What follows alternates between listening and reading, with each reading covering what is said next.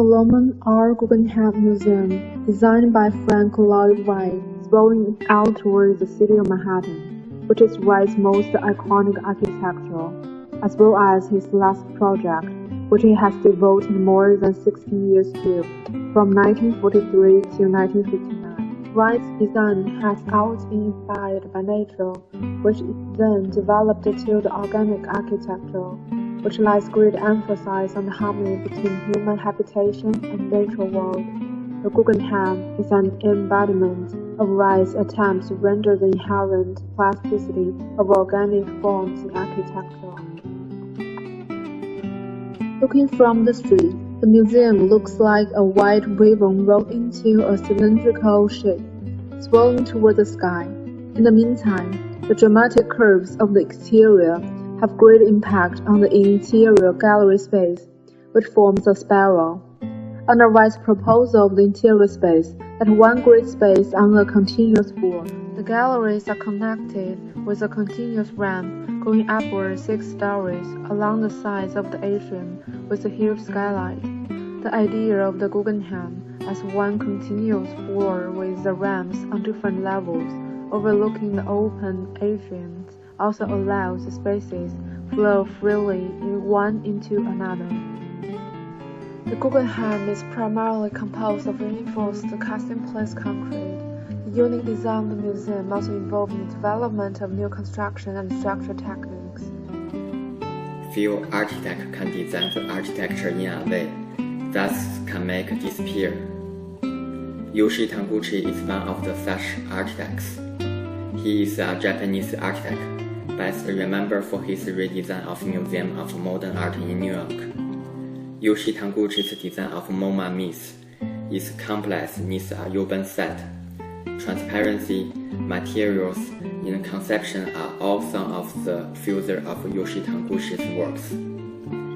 His architecture disappeared because the surface inside the building gave a sense of flatness and transparency. This is almost nothing like what we used to think about the traditional building. It's always three-dimensional.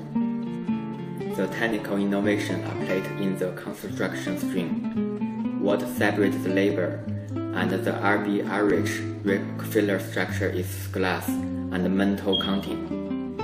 It's because of coating that the construction reaches the coating degree of transparency. The deep and wide of the structure still mainly reach minimum, because the Taniguchi wants to mini to upper as thin as they can be. All of the surface in the interior are connected with the mini scenes and the supports.